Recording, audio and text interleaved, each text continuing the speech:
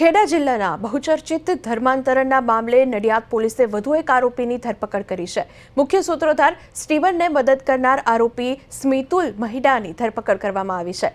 કોર્ટે 5 દિવસના રિમાન્ડ મંજૂર કરી દીધા છે. પોલીસ ધર્માંતરણના કાવતરા અંગે સ્મિતુલની ઊંડાણપૂર્વક પૂછપરછ કરશે. તો સ્મિતુલ સંસ્થાનો હિસાબ અને પત્ર વ્યવહારનું કામ કરતો હતો. મહત્વનું છે કે થોડા દિવસ પહેલા નડિયાદ શહેરના પશ્ચિમ વિસ્તારમાં આવેલા રામ તલાવડી વિસ્તારમાં ધર્માંતરણનો મામલો સામે આવ્યો હતો.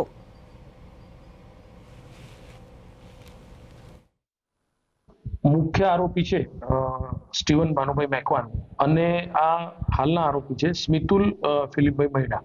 તો જે સંસ્થા કે ટ્રસ્ટ તેઓ ચલાવતા હતા તે રિસ્ટોરેશન રિવાઇવલ ફાઉન્ડેશન સંસ્થા હેઠળ જે ચાલતી બાઇબલ કોલેજ અને બાઇબલ કોલેજની સાથે સાથે જે અન્ય પ્રવૃત્તિઓ હતી તે તમામ પ્રવૃત્તિઓમાં જે કોઈ પણ હિસાબો રાખવાનું હોય કે પત્ર વ્યવહાર કરવાનું હોય એ તમામ કાર્યવાહી હાલના આરોપી દ્વારા થતી હતી. અને હાલના આરોપી સાથોસાથે આ બાઇબલ કોલેજની અંદર પોતે એક વક્તા તરીકે પણ જતા અને એની સાથે સાથે ગુજરાતમાં અને ભારતમાં વિવિધ વિસ્તારો કે જે જગ્યાએ આ